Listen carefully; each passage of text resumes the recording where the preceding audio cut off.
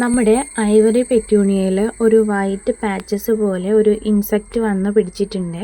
നമ്മുടെ mealy Bugs അല്ലാണ്ട് വേറെന്തോ ഒരു സംഭവമാണ് കേട്ടോ. നമ്മുടെ ലീഫിൻ്റെ അടിയിലാണ് ഈ സംഭവം ഇങ്ങനെ താവളം അടിച്ച് കിടക്കുന്നതായിട്ട് എനിക്ക് തോന്നിയത്. കുറച്ചധികം ലീവ്സിലൊക്കെ ഞാനിത് കണ്ടായിരുന്നു കേട്ടോ. അപ്പോൾ കഴിഞ്ഞ ദിവസം രാത്രി ഞാൻ ഈ സംഭവം കണ്ടിട്ടുണ്ടായിരുന്നേ. അപ്പോൾ ഞാൻ വിചാരിച്ചു നമ്മുടെ ഈ ലൈറ്റൊക്കെ ഓഫ് ചെയ്യുമ്പോൾ വരുന്നൊരു പ്രാണിയില്ലേ, ആ സംഭവം പറ്റിപ്പിടിച്ചതാണെന്നേ. പക്ഷെ രാവിലെ നോക്കുമ്പോഴും അത് അതുപോലെ തന്നെയുണ്ട്. അപ്പോൾ എനിക്ക് മനസ്സിലായി എന്തോ ഒരു ഇൻസെക്റ്റ് ആണെന്ന്. അപ്പോൾ ഇനി അത് നമുക്ക് എന്തെങ്കിലും ചെയ്തെടുത്ത് കളഞ്ഞില്ല എന്നുണ്ടെങ്കിൽ നമ്മുടെ പെറ്റൂണിയ പോകും. വൈറ്റ് പെറ്റൂണിയയിൽ ആ സംഭവം ഞാൻ കണ്ടില്ല കേട്ടോ. നമ്മുടെ ഐവറി പെറ്റൂണിയയിലാണ് ആ സംഭവം വന്നിട്ടുള്ളത്.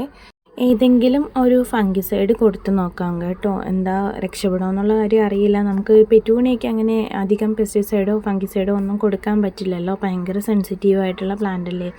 ഈ ഒരു പ്ലാന്റിലും ആ ഒരു സംഭവം ഞാൻ കണ്ടില്ല കേട്ടോ. ഐവറിയിലാണ് ഞാൻ പൊതുവേ ആ സംഭവം കാണാറുള്ളത്. വേറൊരു റിപ്പോർട്ട് ചെയ്ത് വെച്ചിരുന്ന ഐവറിയിലും ഞാനത് കണ്ടിട്ടുണ്ട്. അപ്പോൾ എനിക്ക് തോന്നുന്നു ഇനി പ്ലാന്റ് പ്രൊപ്പഗേറ്റ് ചെയ്ത ടൈമിൽ സ്റ്റെമ്മിൽ അങ്ങനെ ഉണ്ടായിരുന്നു എന്നറിയില്ല. എന്തായാലും ഈ ഒരു പ്ലാന്റിൽ ആ സംഭവം കാണാനില്ല. നമ്മുടെ ഐവറി പെറ്റൂണിയയിലാണ് ഈ സംഭവം ഉള്ളത്.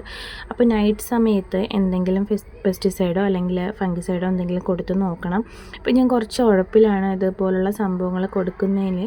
എന്തായാലും ഞാൻ ആ ലീഫിനെ ഒന്ന് റിമൂവ് ചെയ്ത് കേട്ടോ. അതിങ്ങനെ വൈറ്റ് പാച്ചസ് അല്ല, ഒരു പ്രാണിയാണ്. എനിക്ക് തോന്നുന്നു അതിൻ്റെ ലീവ്സൊക്കെ ഇങ്ങനെ തിന്ന് ഇരിക്കുന്നതാണെന്ന്. ഞാൻ അതിനിങ്ങനെ ഞെരടി നോക്കിയപ്പോൾ അതിൻ്റെ ഒരു സ്രവം പുറത്ത് വന്നതിൽ ഒരു ഗ്രീനിഷ് കളറായിരുന്നു. അപ്പോൾ എനിക്ക് മനസ്സിലായി നമ്മുടെ ലീവ്സിൽ നിന്ന് അത് നീരൂറ്റി കുടിക്കുന്നതാണെന്ന്. അപ്പോൾ എന്തായാലും ഈ പ്രാണിയെ ഞാൻ കൊന്ന് നോക്കിയപ്പോൾ ഇതേ കണ്ടില്ലേ ഒരു ഗ്രീനിഷ് സംഭവം. അതായത് എനിക്ക് മനസ്സിലായി ലീഫിൽ നിന്ന് അതിൻ്റെ എക്സ്ട്രാക്റ്റ് കുടിക്കുകയാണ്. ഇതൊക്കെ നമ്മൾ കഴിഞ്ഞ ദിവസം കട്ട് ചെയ്ത് വെച്ചിട്ടുള്ള പ്ലാന്റ് ആണ് കേട്ടോ. ഇതിനകത്ത് ടൈഡൽ വേവിൻ്റെ റെഡ് പെറ്റൂണിയ, ഐവറി പെറ്റൂണിയ, പിന്നെ കുറച്ച് വിംഗർ പ്ലാന്റ്സ് ഒക്കെയാണ് കേട്ടോ കട്ട് ചെയ്ത് വെച്ചിരിക്കുന്നത്. ഇതിൽ മെജോറിറ്റിയും ഉള്ളത് ഹാങ്ങിങ് പ്ലാന്റ്സ് ആണ്. വയലറ്റിന് നമുക്ക് കുറച്ച് എൻക്വയറി ഉണ്ട്. അപ്പോൾ വയലറ്റിൻ്റെ കട്ടിങ്സ് കുറച്ച് ഞാൻ വച്ചിട്ടുണ്ട്. 4-ാം തീയതി, 7-ാം തീയതി, 9-ാം തീയതി അങ്ങനെയാണ് ഈ ബാച്ച് പുതുതായിട്ട് വെച്ചിരിക്കുന്നത് കേട്ടോ. അപ്പോൾ ഇതിന് മുന്നേ ഞാൻ plants getting ready for sale എന്ന് പറഞ്ഞിട്ടിരുന്നത് കുറച്ച് ഓറഞ്ച് കളറാണ് നമുക്ക് സെയിലിനായിട്ട് റെഡി ആയിട്ടുള്ളത്. അപ്പം ഞാൻ വിചാരിച്ചു ഇതും കൂടി ഒന്നായിട്ട് ഒരുമിച്ചൊരു സെയിൽ പോസ്റ്റ് ഇടുമ്പോൾ നമുക്കും കുറച്ച് ബുദ്ധിമുട്ട് കുറയുമല്ലോ.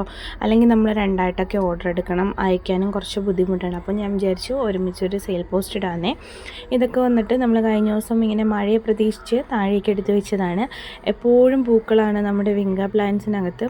നമുക്ക് ഫ്ലവേഴ്സാണ് കൂടുതൽ ഇഷ്ടമെങ്കിൽ നമ്മൾ എന്തായാലും വിങ്കയുടെ ഒരു ഹാങ്ങിങ് പ്ലാന്റ് എങ്കിലും നമ്മുടെ കൈവശം വയ്ക്കണം. അത്രയ്ക്കും നല്ല പൂക്കളും കാര്യങ്ങളൊക്കെയാണ് കേട്ടോ. സ്മെല്ലൊന്നുമില്ല. സ്മെല്ല് നമ്മൾ പണ്ട് നമ്മുടെ ശവന്നാറി എന്നൊക്കെ പറഞ്ഞിരുന്ന ഒരു പ്ലാന്റാണ് നമ്മുടെ ഇപ്പോൾ പേരുമാറ്റം സംഭവിച്ച വിങ്ക പ്ലാന്റ് ആയത്. അപ്പോൾ അന്നേരമുള്ള മണവും കാര്യങ്ങളൊക്കെ തന്നെയാണ് ഇപ്പോഴും. എത്ര എക്സോട്ടിക് ആയാലും എത്ര പ്രീമിയം വെറൈറ്റി ആയാലും ആ സ്മെല്ലും കാര്യങ്ങളൊക്കെ തന്നെയാണ് കേട്ടോ. പിന്നെ ഫ്ലവേഴ്സിൻ്റെ കാര്യങ്ങൾ, ഫ്ലവർ വിരിയുന്ന കാര്യങ്ങളിലൊക്കെ ഒരു ചേഞ്ചസ് വന്നിട്ടുള്ളത്. നമ്മുടെ അകത്തുള്ള പാറ്റേൺസ് സ്പ്രെഡ് ആവുന്ന ടൈപ്പ് അങ്ങനെയൊക്കെ ഇപ്പോൾ പുതിയ പാറ്റേൺസും കാര്യങ്ങളൊക്കെ വന്നിട്ടുണ്ടല്ലോ.